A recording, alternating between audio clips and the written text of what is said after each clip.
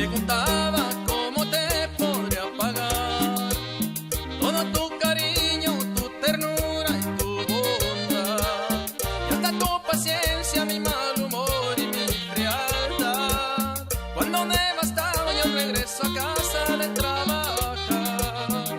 Todos estos años me has sabido valorar y hasta has aprendido mis desplantes a ignorar.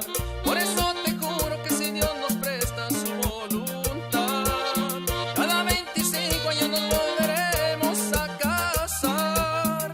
Porque yo soy tuyo, porque tú eres mía y de nadie más.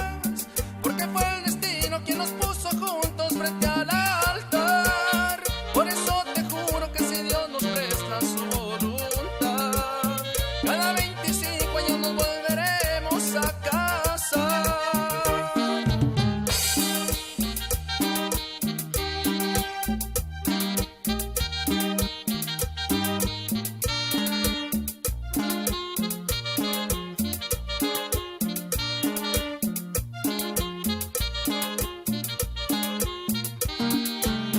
Yo me preguntaba qué sería de mí sin ti. Mi vida es distinta desde que te conocí.